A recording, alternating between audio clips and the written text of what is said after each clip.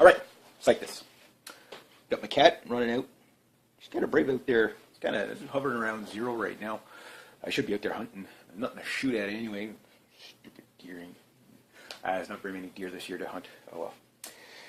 Anyway, so it looks like there's about 100 border probes, so to speak, that the Russians have done this year, which is about two-thirds more than what they normally do.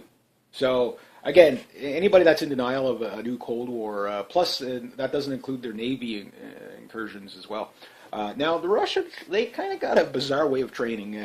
Many countries' safety standards would not allow Russian-style training. They do make it pretty close to the real thing as possible.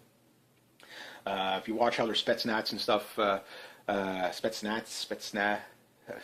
Again, I'm not Russian, so however you say it. They do a lot of live fire training. They do get a lot of guys killed doing this too. Plus, there's always the odd Russian ammo dump that blows up from time to time.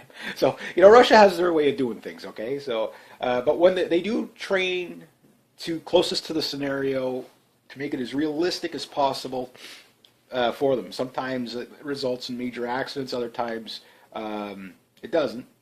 And when it doesn't, it does give them that extra, kind of, I've actually been through this scenario before, kind of experience, so that, they have pushed the limit. They have taken it to as far as they can take it. Now, the reason why I bring that up is that what NATO's trying to figure out what the Russians are doing. They're like, are they, training to basically get their bombers to a strategic release point. Now, the KR-55 Rudica, I think is the name of the cruise missile that they have. That the Tu-160 Blackjacks can carry 12 of those. The Tu-95s can carry 6 of those.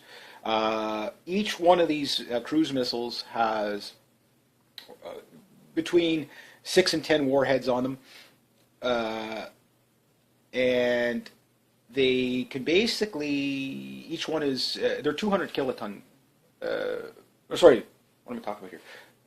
No, there's one warhead, but it's like 200 kilotons, which is equivalent to like 10 Nagasaki's. Okay, so I'm thinking of another missile that that has the 10 warheads. It's the one that fires out of the Topol M.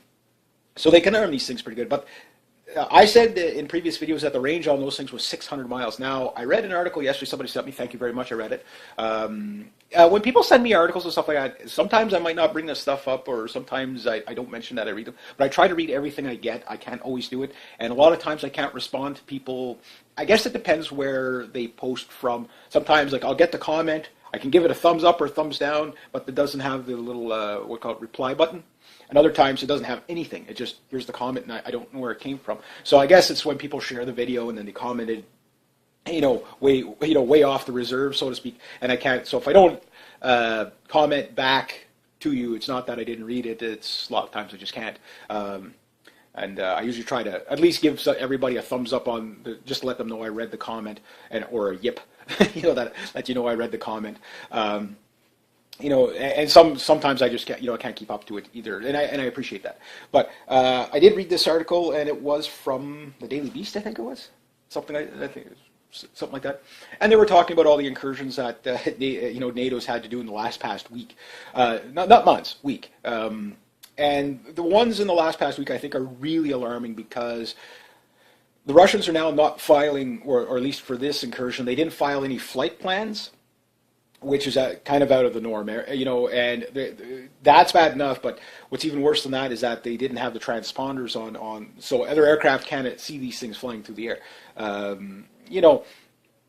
Modern day jetliners do have radar and stuff like that, but the average pilot, he's not really watching for other air traffic in the sense, or the navigator, he's not really watching for air traffic in the sense of, okay, I got this going on here, watching the radar so much as just watching the transponder locations, saying, okay, well, we have traffic here, here, and here. So if the transponder's not on, they might not actually catch it, if the radar's not looking, because on an airliner, the radar's pretty much looking forward, but they get everything else is coming in via satellite. So that their information on their Doppler radar is basically telling them, okay, everything is here, here, and here. But if the transponder's off, that method of detection is not there. So that means an airplane can actually T-bone another airplane. That's the whole point why we have transponders, is because of airliners crashing into each other. 1950s, 1960s, when air travel started to really,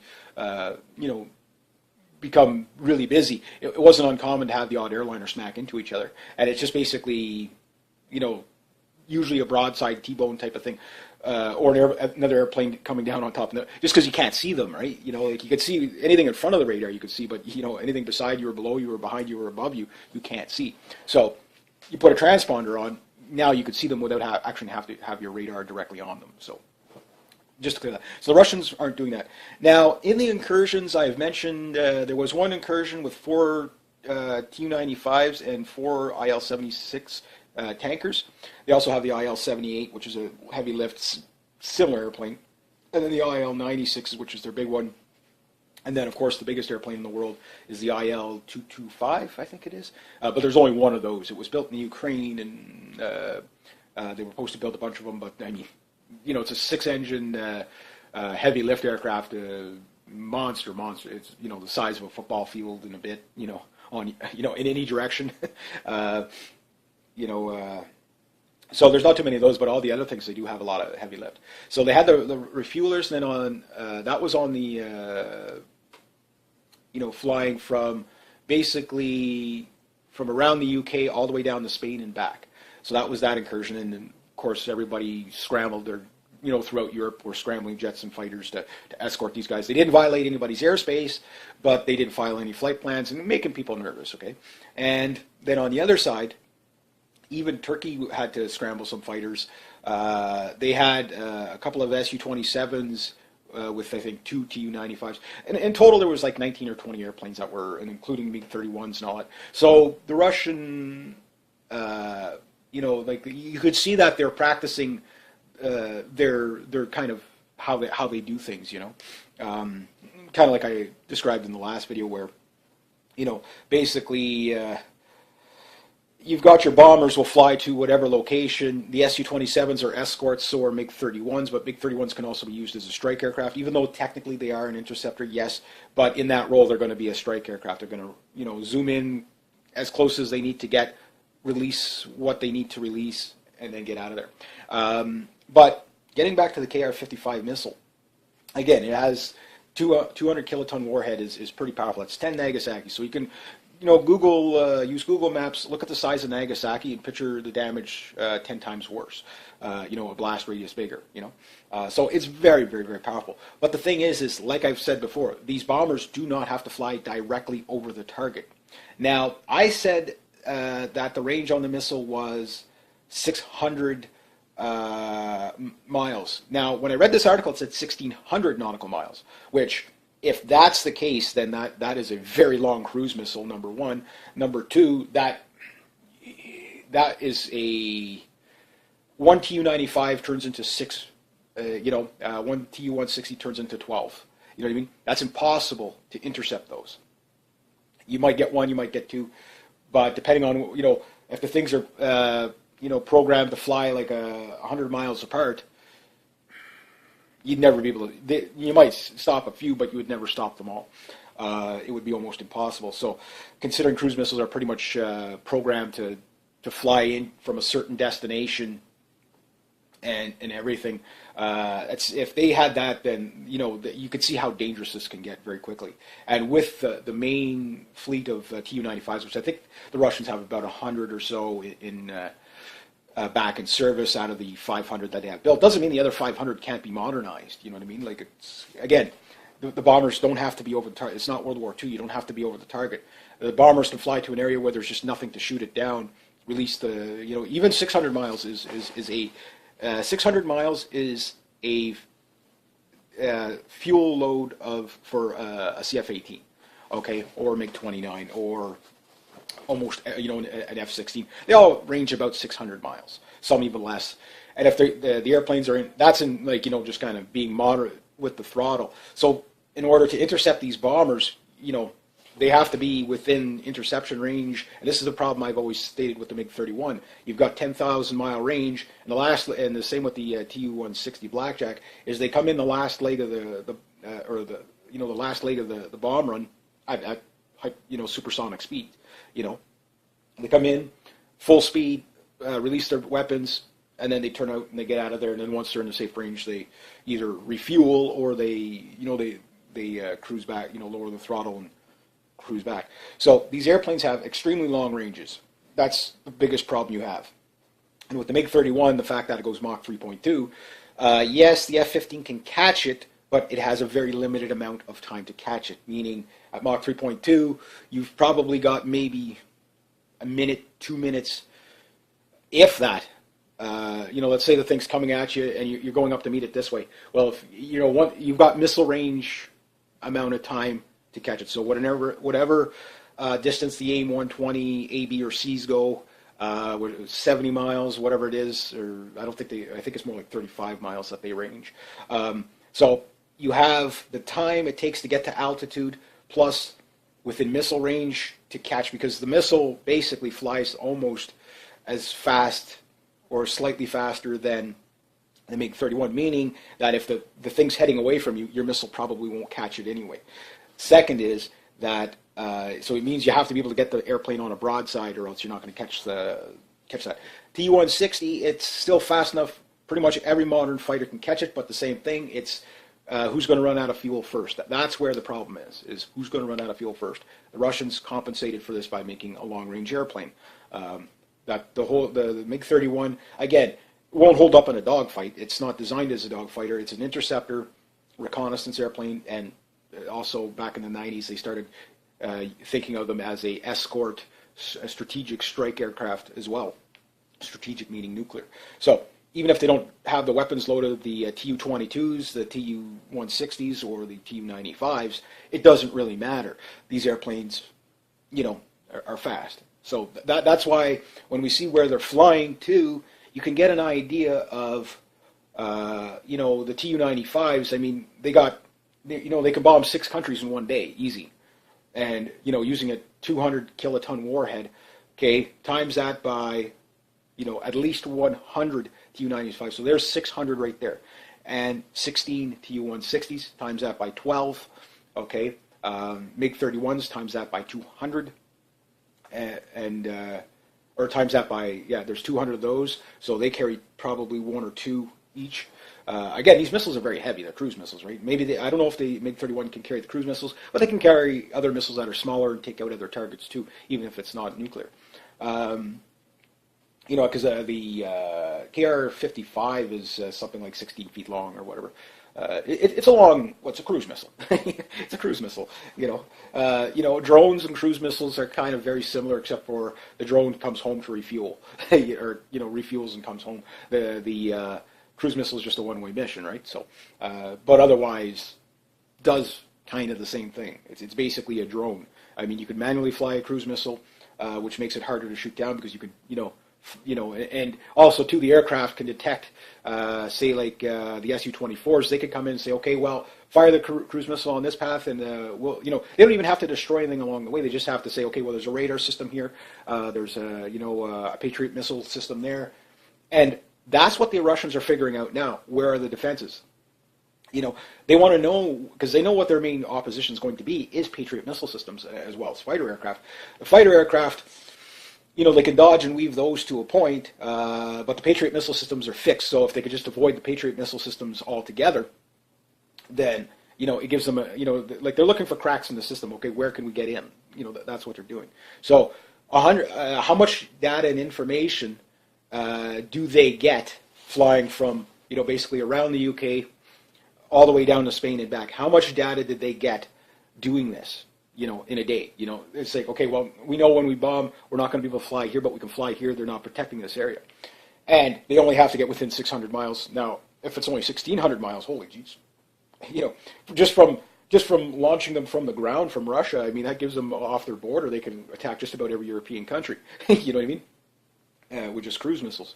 Kind of like how Hitler used the V2 buzz bombs, So the reason why I want to put a lot of emphasis on this time so that you could see that the Russians are doing stuff, and then plus all the stuff going on in the Arctic right now that, you'd think would be all over the Canadian media. They haven't mentioned it once. They haven't mentioned any of the Arctic exercises going on at all. Now, that's on purpose. That is definitely on purpose. The Russians are making it very well known with their exercises where they are and what they're doing. The Russian Navy versus the Canadian Navy. The Canadian Navy is slightly more advanced, but the Russian Navy is still bigger. Of course, Russians are getting better equipment. They've tested their Bulava missile, which that's the one that has the 6 to 10 warheads on it, out of their brand new Borig submarines, the Borig class, basically the replacement for the Akula Typhoon, which the Akula Typhoon was the biggest, or is still the reigning champion for the biggest nuclear-powered boomer sub on the planet. They have two of them that they would take out twice a year. Out of 5 or 6 that were built, and I think some have been scrapped. I think one was scrapped. India was supposed to rent one of the submarines or lease the submarine without the missiles in it. But I mean, that's the whole point of the submarine is the missiles, right? So I don't know if India went. They were talking about it in the 90s. I don't think they ever did that deal just because, like, India, was like, well, we're not going to rent the submarine without the missiles, right? So I guess that's what Russia's saying as well. Well, we trust you with the platform, but we don't trust you with the weapon. I don't know. But India's a nuclear power now anyway. So, India could probably build its own missiles for the submarine based on the Soviet design anyway, if they wanted. But does India really need a submarine like that? The only country they're ever going to use it against is most likely China or Pakistan, because it's the only countries they actually don't get along with, neighboring countries, But, lately China and India is kind of a strange relationship, because you have to understand, India is kind of broken up into 6 major parts, even though it's kind of just one country. It's kind of broken up in 6 different ideologies, so to speak, and China has problems with some of it, and plus India has resources that China doesn't. So you could see them in the future getting over, and China's completely poisoned its entire environment through real capitalism with no regulations. That, like I say, everything has its costs. Capitalism, everything that gets. Here's the funny thing about all the socialists now that blame everything on capitalism. No, you need to blame it on globalism and fascism, not capitalism. You can blame environmental atrocities on capitalism, like in China, because China, strangely enough, they float their semi-communism on capitalism. Capital is basically no rules. I have a product, you have a demand. We do medium of exchange with no monkey in the middle, i.e. government taxes or whatever it be, or regulations. That's capitalism. So every time you add a rule, you're creating fascism. Okay, which that's why capitalism that's the problem with capitalism. There's no regulation whatsoever. That is a problem with capitalism. Other than that, it works. Drug dealers, promote this every day by there's the drug addict. Okay, well, I got one middleman, but I pay him. He pays the other guy. It doesn't matter. There's nobody else taking a tax cut in between. So rules and regulations need to be there, sure, but you have to understand that everybody's playing. You have too much rules on one side, none on the other. Well, the business goes to where there's no rules, i.e. China, and when that country basically destroys its environment, then neighboring countries become very appetizing to conquer, for their resources, and that's what I see happening between India and China. Getting back to Russia. So this new Bory class submarine, I've been following it for the past couple of years because they've just started doing sea trials. I think last year, the year before, and now I know they have one finished for sure. I think the second one's about to be finished, and then there's a new Yazin class submarine. I don't even know what they look like yet. The Bory class submarine's kind of distinctive, like all Russian submarines. You could pretty much they don't make them generic. Each one is kind of its, an Alpha sub looks like an Akula 2, but not quite. The Akula 2 is very distinctive. That's their major attack sub. The Oscar 2 is a very distinctive. The Hotel class, which the Chinese kind of, they've got their version of it.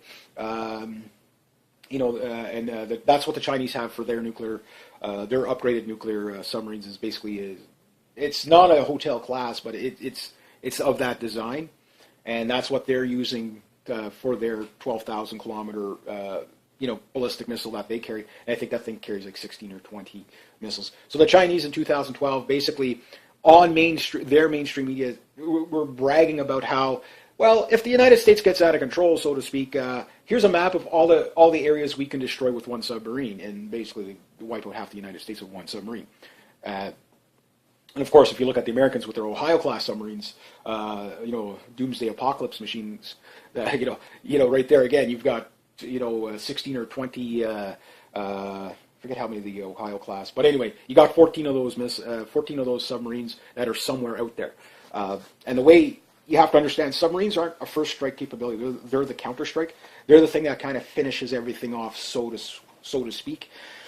That's why it's like the only people on the planet that are going to survive a nuclear holocaust are probably going to be submariners. It's like, okay, well, I hope we have enough food for the next 7 years on this thing and enough parts to keep it running.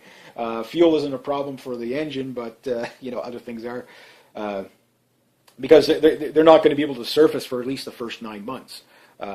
Just till the radioactivity comes down, if they can ever surface at all. Even though they're out in the ocean, doesn't mean that radioactive clouds aren't going to be being kind of just blown all over the place. Everything is going to be mildly radiated somewhere on the planet, and everything that's within the blast zone, within 100 miles of it, is going to be heavily radiated.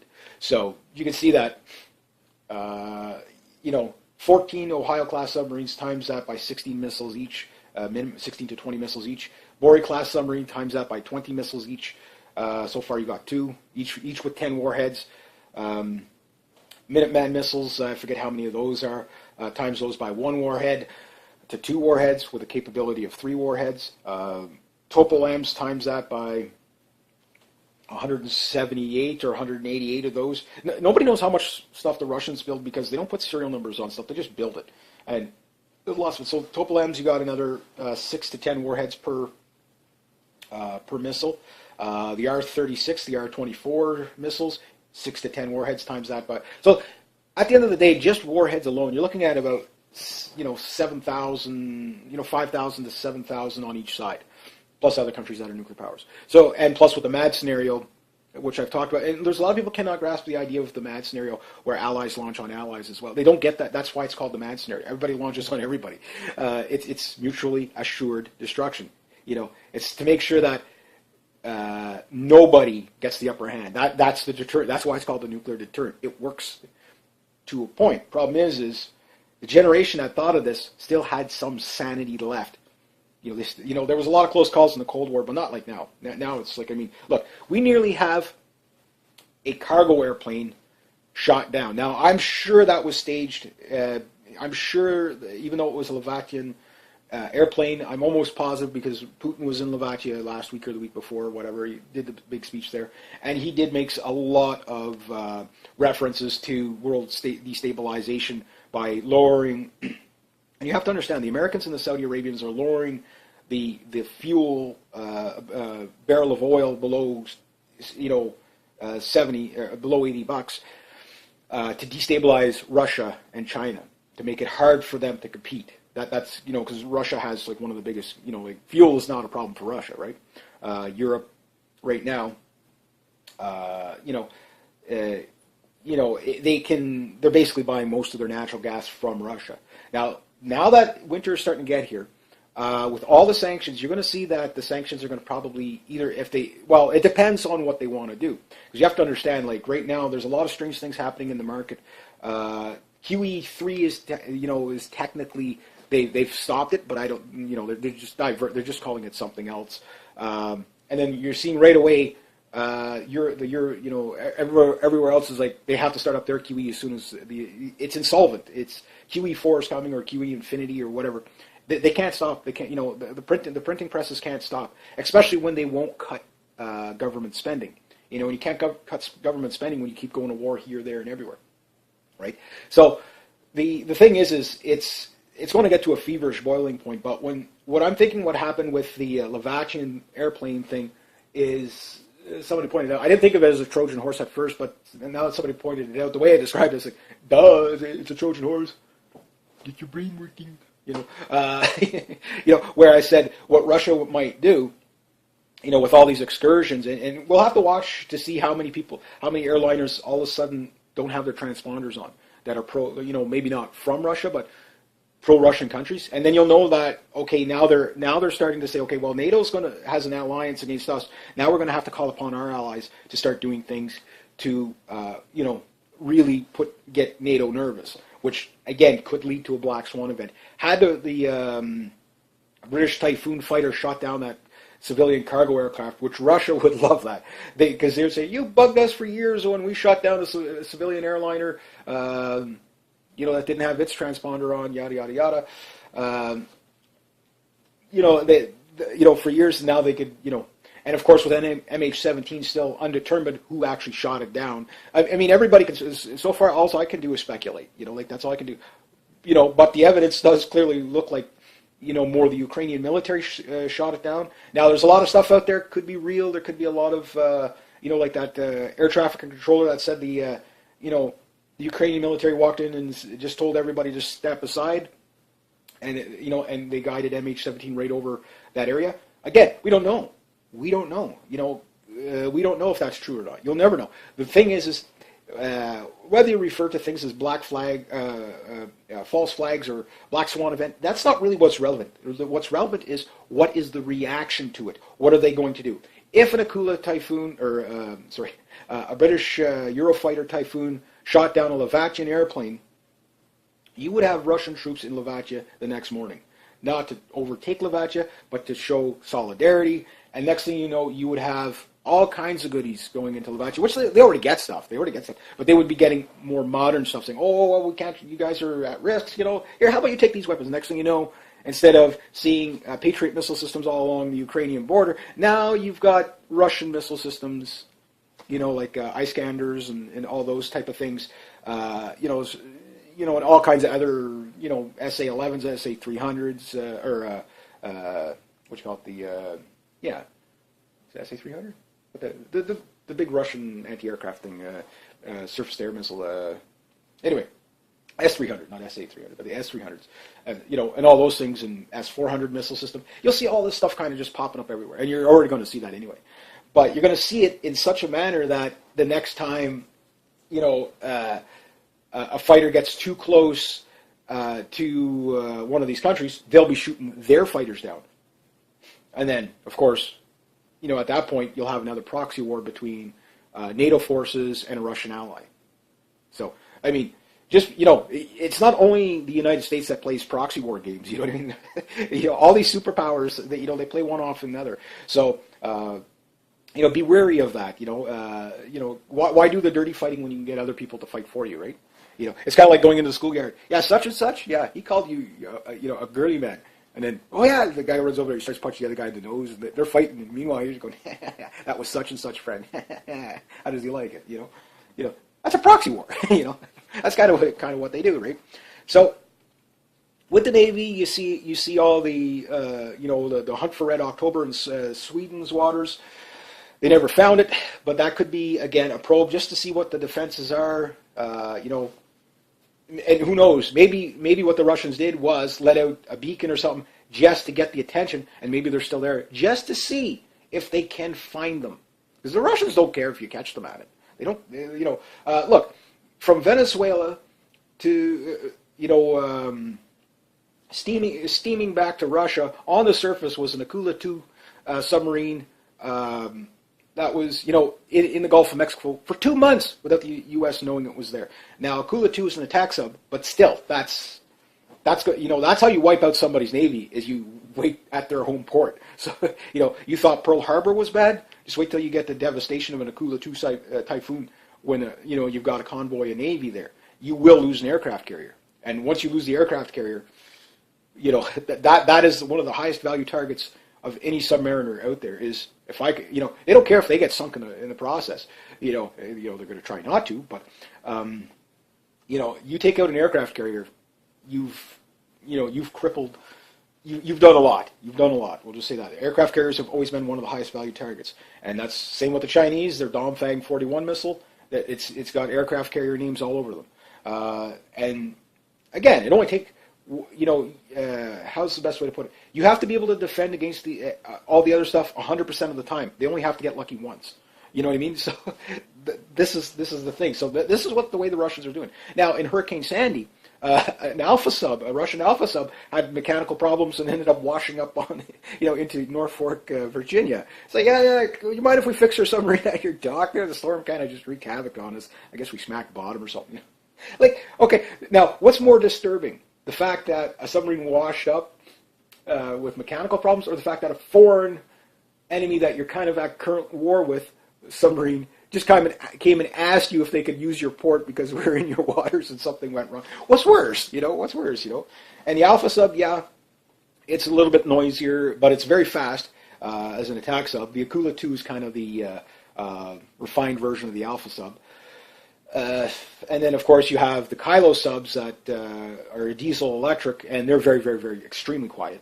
They're older, but they still work. Now, these new Yazan class subs, which are going to be the attack subs for the Russians, I don't know what they look like yet. There's so little information on them. I don't know anything about them. So, and these new Bori class subs, how good are they? I don't know. But they can launch nuclear missiles, and lots of them. So, even one submarine is a sovereign nation. You know what I mean? So if this, the Russians have demonstrated that they are very capable of pulling off an attack. Kula Typhoon in 2010 that basically did a nuclear missile test just off the coast of Israel near Syria. Most people thought they were looking at a UFO. What they were seeing is a reentry of a ballistic missile cone coming back through the atmosphere. No missiles on it. And you see like a strange swirling. If you ever see a strange swirling in the sky, kind of weird swirling in the sky, that's usually what it is a missile test. The Chinese did that missile test. Well, they believe it was the Chinese. Could have been the Russians too. That did the missile test off the coast of California in 2010. And then it could have been the Americans testing a top secret missile too. You never know, and they would never cop to that. But the idea is that the Chinese have pretty much said, yeah, it was us. So again, Chinese, yeah, they're behind the times of the U.S. military. The Russians, yeah, they're behind the times of the U.S. military in a lot of ways. But you can clearly see if you look at where they're probing that, okay, these are going to be the launch points. I mean, think about it, particular, not the inland flight, but the Atlantic flight going from the Baltic Sea all the way around, basically all the way down to Spain. I mean, that's, I forget how many, it's a couple of thousand miles there and back. If they launch in 6 strategic places, again, there's not a country that's out of bounds for them. And if it's a Tu-160 doing this, they got 12 opportunities. They could take out 12 capitals in one day. So you clearly see that these bombers are looking for places where they can launch from. Now, is the range of the KR-55 1,600 nautical miles, which is about even worse than 1,600 miles? It's even further. It'd be like 1,800 miles to 2,000 miles, respectively. Well, maybe, at least 1,800 anyway, close to that. You'll have to calculate that. It's 1.1 miles. A nautical mile is 1.1 miles to the mile. Okay, so it's a little bit further. It's 6,028 feet. A mile is 5,280 feet. A kilometer is 3,300 feet. Roughly, is that? Yeah. And a kilometer is 1.6 kilometers per mile. So if you want to convert the three. And so no matter what, whether it's 600 miles or 1,600 nautical miles, that is a hell of a long range for a cruise missile. I think 600 miles is more believable, but you never know. You never know. I mean, not only do the Russians and Americans and everybody upgrade their, aircrafts and stuff like that, but they do motor and warhead transplants on their missile systems too, particularly things like, warheads and stuff like that. So who knows? Who knows what the range is? But you can clearly see that these things are going to be getting the Russians a lot of data. Plus, there's and I don't know if it's still there, but the electronic warfare surveillance ship that went into Cuba in 2011, 2012. I can't remember exactly. Is it still there? And how many submarines are in Cuba? Again, remember, Putin, paid off like 90-some% of Cuba's debt. Now opening up 7 new Arctic bases. you know, and when you're looking at it like that, I mean, we're definitely in a new Cold War. Now, a lot of people out there blaming Putin, but again, like I said, right from the Maidan massacre, that was Putin's line in the sand. He wasn't going to let NATO go any further than that. And you have to understand, NATO did have an agreement with Russia not to further expand into Eastern Europe, right? NATO has broken that promise. So when they asked a U.S. general a couple of weeks ago on RT, he's like, well, you know, there's a U.S. buildup and NATO buildup on Russia's doorstep. Is Russia not just responding to that? Yes, they are. You know, again, I'm not saying the Russians are the good guys or the bad guys. There's no good guys here. You know, when we're talking nuclear warfare, there's no good guys here. But you can see that Russia is responding to the sanctions. Again, we still don't know who shot down MH17, but yet there's all these sanctions going on Russia. Now, the big one is once we say, okay, we're in winter, that's when Europe's going to get that kind of, whoa, what happened to all the gas? Why is it shut off? Oh, and it's going to come from a sanction. So either we'll see no more new sanctions until spring, or the U.S. will push a sanction. And this will break up the NATO alliance too. And this is what Russia's hoping for, because they know again they've war gamed this, and the Russians have clearly said, you know, we're not going to, you know, if we fight, it's to the death. You know, like we're not going to start it, but if you start it, you know. And right now, if you look at who's going around the world doing regime change and everything, it's the U.S. You know, the Anglo-American British Empire with the U.S. going around the world, destabilizing countries, regime change. You know, the war against ISIS is not about a war against ISIS. It's about regime change against Assad to get into Iran. Once we get into Iran, then we have the big war against Russia and China. Okay, because right there we're on China's doorstep. So when we see that, we know what's going on there. So the Russians are out there saying, look, we'll fight if you guys don't provoke us, because when we respond, it'll be a full force response, and you know, at that point. And you have to understand the Russian people, maybe not all the Russian people, you know, but Putin is enjoying a very, very popular, again, the polls being what they might be, he is enjoying popularity over there, you know, and I don't think a lot of it is probably fabricated, but there's, you know, the people over there, you know, they're not dumb. They know that the West is provoking them and stuff like that. So you get the next round of sanctions, let's say they come in November or December, or something like that. Well, we're in November, but let's say late November, these more sanctions go to Russia for whatever. Russia just basically saying, well, you're not giving us a choice. If you do more sanctions, if you pull these sanctions off, because they're going to give them about a week's notice that they're going to be doing sanctions. Just look at what the Obama administration is. We're going to do sanctions against all your rich tycoon bankers and politicians next week. You know, and suddenly all these guys have their money out of the bank in time. Wow. You know, where if they were going to do sanctions, you don't announce it. You just announce it. Okay, we're now doing sanctions. Bang. You know, too late. It's done deal. We're going to tell you after we've got everything in place. You know what I mean? And those are real sanctions, meaningful sanctions. You know, not again that Agenda 21 stuff. I think even messed up Obama. Meaningful means not meaningful. War is peace. 2 + 2 makes 5. You know, I mean they're suffering under their own propaganda, which causes me to believe that they do believe what they're actually doing. They think these people are insane. So Russia gets a new set of sanctions on it. Say sorry, but we can no longer do business with Europe. Gas is off. Won't matter how much you want to pay. It won't matter how much you want to pay. Gas is off. It's now going to China. They've already got the biggest gas deal with China. We'll just send everything to, you know, it's a little tougher. Yeah, it'll hurt Russia, but the Russians are ready to take they're ready to do that. And the thing is every time Russia makes a new trade deal outside the U.S. dollar, it makes the sanctions that much more useless. And same with China. So the only way to get China now, okay, well, China's economy is now the biggest economy in the world. It's surpassed the U.S. economy. So the only way they can get back at China now is going to be finally going after them for environmental. That's the only way they're going to get China. But at this point, it's too late because everybody else is, you know, jumping ship from the U.S. dollar, right? So the Americans have basically isolated themselves, which is not a bad thing in the long run. In the short term, yes, a lot of people are going to die from this. Starvation mainly. Anybody that relies on the system to survive, medication, anything like that, they're not going to make it. Because when all that stuff gets cut off, if we don't go to a war, and this is where we're in November now, and I don't know what day the midterm elections are in the States, but that's going to tell you which way the country's going to go. Even with all the illegals that'll be allowed to vote, which I don't think most of them will vote anyway, they don't care one way or the other. You know what I mean? They know socialism destroys countries. Everybody in South America knows socialism destroys countries. At least the ones that are educated. And I've had South American friends that have told me that. I say, oh yeah, it's a hellhole over here and here and here. They always say they're going to help the people, and they never do. Communists, dictators, and cartels. That's all you got down there. And that's why you got them down there, because of the corruption.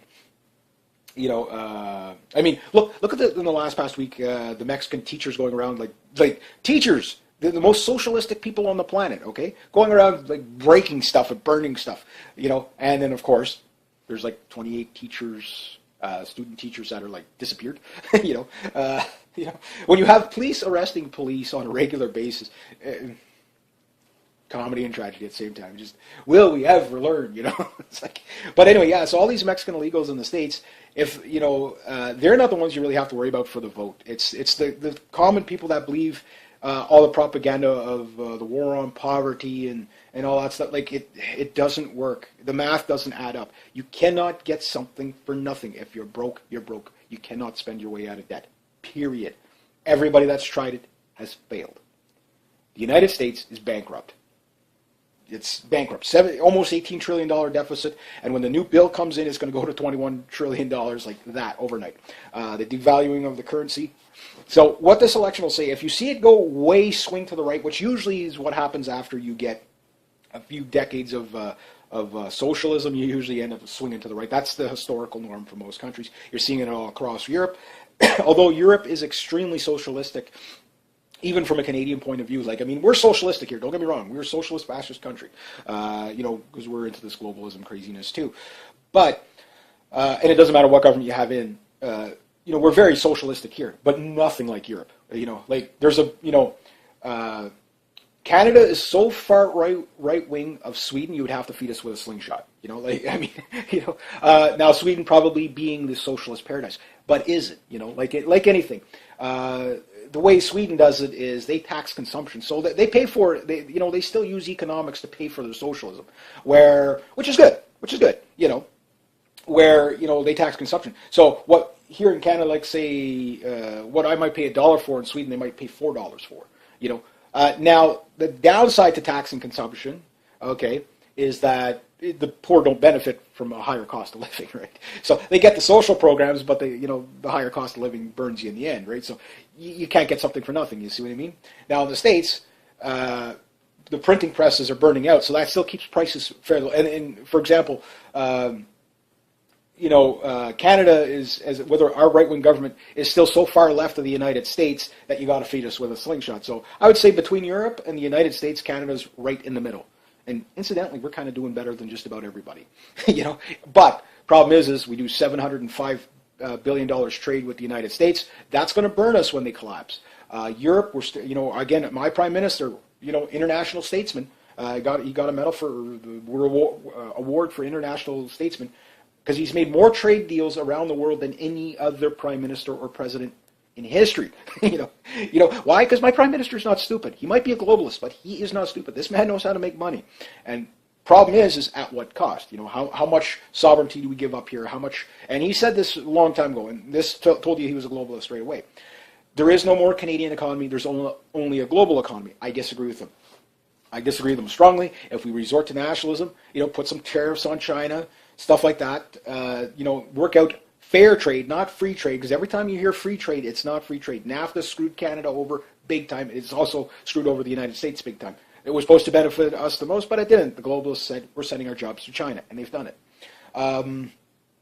The thing here in Canada is that, economically, we're waiting for the U.S. to collapse and making up our difference in other countries, because there's 80% trade that we have to be able to, supplement once the United States goes down. Now, all trade between Canada and the States isn't going to disappear overnight, but it can, And I thought of a thing last night, too, that I'm going to cover in my next Ebola update there, because there's a lot of crazy stuff going on there. Well, there's always crazy stuff going on there to begin with, but there's a few things that I thought of, particularly how it would destroy the economies between Canada and the United States, and I'll cover that in the next video. But getting back to all these incursions, just to finish off that Russia's doing, and all the military drills that are going on, and there was a new military drill done, a Navy military drill that's done, I think, in the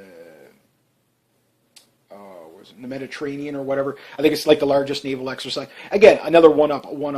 Since 2010, you've been seeing record-breaking military drills everywhere, whether it's U.S., China, Russia, and again, since 2010, Russia, said, and Medvedev, I can't say his name, but the previous president of the Russian Federation, his speech, I think, was the most chilling. Like, Putin will say it in, a few sentences or two, but Medvedev did a whole, addressed it in one entire segment, basically, where he said, look, if NATO expands into Europe, it will leave us and puts in the missile systems. We will have a preemptive strike on them. His generals have come out and said it. If they put them in, we have no choice. It's a major threat to Russia. Now, mind you, if you were going to kick off a war and you wanted to call the Russians bluff, you would put in a missile system in the Ukraine, wait for Russia to counterstrike it, and they will. But the thing is the Russians they're not going to send in regular troops to do this. They're going to do it through proxy, because the Russians don't want war. They've already understood what the loss of World War II. I mean, Russia lost more people in World War II than anybody else combined. 26 million people. That's a lot of people. And you're looking at something like 400 million people, I think, that died in World War II. But they're the nation that lost the most. And most of them are civilians starving to death. So they know what the cost of war is. They don't want that. They don't want that again. You want to get the Russians mad? Prop up a neo-Nazi faction in eastern Ukraine, western Ukraine. You're going to get the Russians mad. You're going to divide all the Russian Ukrainian people. Again, Hegelian dialect, problem, reaction, solution, subversion program. Get this group to play off that group. It's very clear. I mean, the Maidan protest, the Maidan massacre, again, it's looking like the bullets that were shooting people were 303 British. Doesn't mean that was Ukrainian, because I seen people walking around that were Ukrainian protesters walking around with, German Mausers, 8mm Mauser rifles. So I can imagine they would have 303 Britishes there as well. So that's definitely not 7.62 by 54R or 7.62 by 39. So that tells you, no, Dragunov sniper rifles were probably most likely not used. So if somebody's shooting at people with 303 British, this means these are guerrilla warfare, most likely not going to be the Russian side. It's probably was the Ukrainian side. It was staged. Even the Polish Prime Minister, and Poland is in you talk about a rock and a hard place. They're screwed no matter which way they go in the end. But, I guess at this point I'm just babbling, but, it's like they're in a really bad spot, because if they don't support NATO, Russia could walk all over them. But if they support NATO, they could be provoking Russia. So how do you win? Like, who wins, right? So again, Putin again last week talking about, hey, look, the world is basically running from the U.S. dollar. Dropping oil below $70 a barrel will be very dangerous. And anarchy's rising everywhere. And he's right. There's anarchy everywhere, and it's rising everywhere because people, when people lose everything, they lose it.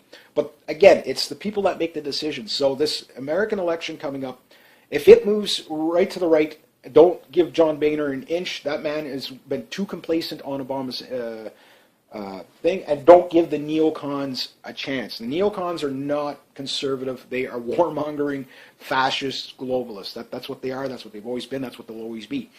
What I would love to see is Rand Paul and the Libertarian Party get in. But they have to put up or shut up. They've got to really bring back the country to its constitution, and then you will see probably a little bit of stability in the world. But I don't know if people are ready for that yet, because not everybody agrees with all the views of the Tea Party. But I think Rand Paul is probably the best option now. But then again, Obama was the man of peace in 2008, wasn't he? Yeah, I would have voted for him. I would have taken a chance. Okay, even if he only does 1/10 of what he promised to do for the good, it would have been awesome. He hasn't done a single thing other than opposite of what he said. More war, more, and to say, well, it's because of George Bush left him such a mess. You could probably say that, from 2008 to 2010, but from 2010 and on, the agenda has been pretty clear with Obama. He's doing things deliberately. He's a divisionist. That's his job. That's all his job is. you know, and now he's just he's, lame duck on autopilot, because he doesn't have to do anything more. But that said, we'll have to wait and see what happens. So anyway, I guess I'll leave it at that. So rate, subscribe, share, comment, like. Be true to yourself, be true to others, and always, always do the right thing. Have a good day, eh? Good day, eh? Hi, and welcome. Okay, yeah. All right, it's like this. Got my cat running out. She's kind of brave out there. It's kind of hovering around 0 right now. I should be out there hunting. Nothing to shoot at anyway. Stupid deering. There's not very many deer this year to hunt. Oh well. Anyway, so it looks like there's about 100 border probes, so to speak, that the Russians have done this year, which is about two-thirds more than what they normally do. So again, anybody that's in denial of a new Cold War, plus that doesn't include their Navy incursions as well. Now, the Russians, they kind of got a bizarre way of training. Many countries' safety standards would not allow Russian-style training. They do make it pretty close to the real thing as possible. If you watch how their Spetsnaz and stuff, Spetsnaz, again, I'm not Russian, so I don't, however you say it, they do a lot of live fire training. They do get a lot of guys killed doing this too, plus, there's always the odd Russian ammo dump that blows up from time to time. So, Russia has their way of doing things, okay? So, but when they do train to closest to the scenario to make it as realistic as possible for them. Sometimes it results in major accidents, other times it doesn't. And when it doesn't, it does give them that extra, kind of, I've actually been through this scenario before, kind of experience, so that they have pushed the limit. They have taken it to as far as they can take it. Now, the reason why I bring that up is that what NATO's trying to figure out what the Russians are doing. They're like, are they, training to basically get their bombers to a strategic release point. Now, the KR-55 Rudica, I think is the name of the cruise missile that they have. That the Tu-160 Blackjacks can carry 12 of those. The Tu-95s can carry 6 of those. Each one of these cruise missiles has between 6 and 10 warheads on them, and they can basically, each one is, they're 200 kiloton, sorry, what am I talking about here? No, there's one warhead, but it's like 200 kilotons, which is equivalent to like 10 Nagasaki's. Okay, so I'm thinking of another missile that that has the 10 warheads. It's the one that fires out of the Topol M. So they can arm these things pretty good, but I said in previous videos that the range on those things was 600 miles. Now, I read an article yesterday, somebody sent me, thank you very much, I read it. When people send me articles and stuff like that, sometimes I might not bring this stuff up, or sometimes I don't mention that I read them, but I try to read everything I get. I can't always do it, and a lot of times I can't respond to people. I guess it depends where they post from. Sometimes, like, I'll get the comment, I can give it a thumbs up or thumbs down, but it doesn't have the little, what we call it, reply button. And other times it doesn't have anything. It just, here's the comment, and I don't know where it came from. So I guess it's when people share the video and then they commented, way off the reserve, so to speak. And I can't. So if I don't comment back to you, it's not that I didn't read it. It's a lot of times I just can't. And I usually try to at least give everybody a thumbs up just to let them know I read the comment, or a yip, that I read the comment. And sometimes I just can't, I can't keep up to it either, and I appreciate that. But I did read this article, and it was from the Daily Beast, I think it was, something I think it was something like that. And they were talking about all the incursions that NATO's had to do in the past week, not months, week. And the ones in the past week I think are really alarming, because the Russians are now not filing, or at least for this incursion, they didn't file any flight plans, which is kind of out of the norm, and that's bad enough. But what's even worse than that is that they didn't have the transponders on, so other aircraft can't see these things flying through the air. Modern day jetliners do have radar and stuff like that, but the average pilot, he's not really watching for other air traffic in the sense, or the navigator, he's not really watching for air traffic in the sense of, okay, I got this going on here, this going on here. Watching the radar so much as just watching the transponder locations, saying, okay, well, we have traffic here, here, and here. So if the transponder's not on, they might not actually catch it. You know, if the radar's not looking, because on an airliner, the radar's pretty much looking forward, but they get everything else is coming in via satellite.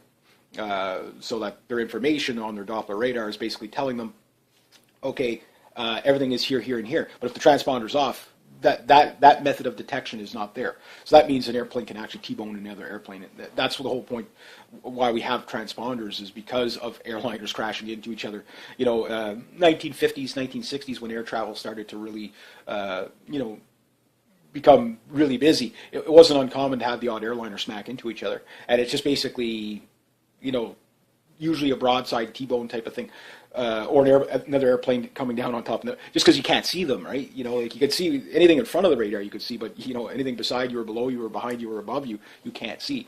So you put a transponder on, now you could see them without actually have to have your radar directly on them. So just to clear that. So the Russians aren't doing that. Now, in the incursions, I've mentioned there was one incursion with 4 Tu-95s and 4 IL-76 tankers.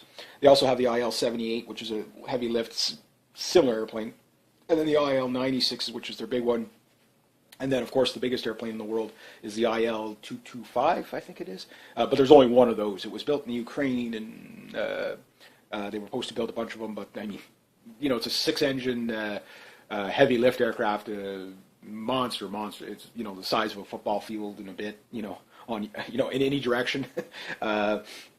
You know, so there's not too many of those, but all the other things, they do have a lot of heavy lift. So they had the refuelers, and then on that was on the you know, flying from basically from around the UK all the way down to Spain and back. So that was that incursion, and then, of course, everybody scrambled. Their, you know, throughout Europe were scrambling jets and fighters to escort these guys. They didn't violate anybody's airspace, but they didn't file any flight plans, and making people nervous. Okay, and then on the other side, even Turkey had to scramble some fighters. They had a couple of Su-27s with, I think, 2 Tu-95s. And in total, there was like 19 or 20 airplanes that were, and including MiG-31s and all that. So the Russian, you know, like you could see that they're practicing their kind of how they